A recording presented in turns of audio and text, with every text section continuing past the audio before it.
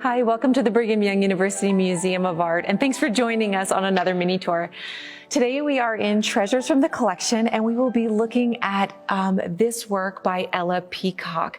Now, I chose this work for some personal reasons. The first being that Ella Peacock and I are both Pennsylvania girls, and we grew up in about the same area of Pennsylvania. So I have this love for her and for her style of work, painting, because we came from the same place.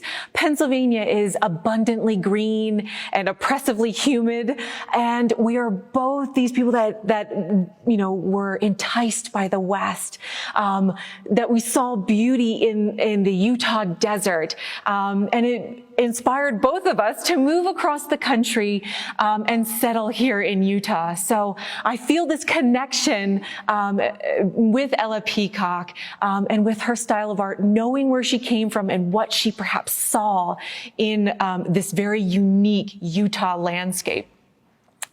So Ella Peacock was actually born Ella Gilmer Smith in Germantown, Pennsylvania in 1905. She had very little artistic training until she arrived in college, but I think that it's some of these early years that really sort of informed her later artistic career. Ella described herself as a bit of a rebel in her youth, and while she wasn't so much mischievous, she was confident and strong-willed and fiercely independent. And so you can imagine that her early schooling years were rather difficult for her to sit in a confined space and to pay attention to something someone was telling her to do. So she spent a lot of those early years in school staring out of the schoolhouse window, observing the landscape, taking notice of the shape of the land, the effects of sunlight, even noticing the nuance of the colors in nature. And it's this early looking and dedicated looking at the landscape that I really think inspires her later landscape paintings of the Utah desert. So as an adult, she eventually goes to the Philadelphia School of Design for Women, and she graduates in 1927 with a degree in illustration. It was during the 1930s that Ella first sees the West, and she immediately falls in love with the desert.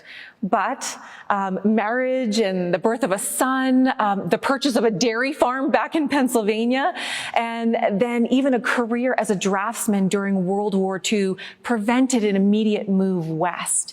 40 years later, however, the Peacocks do move to Utah, and they settle in Spring City, Utah, which is in Sanpete County, that central Utah area.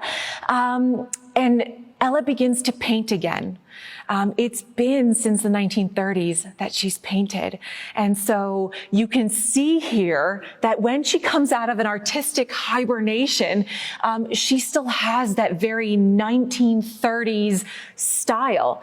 She's a female artist trained in Philadelphia during the 1920s. It's been decades since she's painted, and immediately she picks up where she left off stylistically in the 1930s, painting the desert that she loved.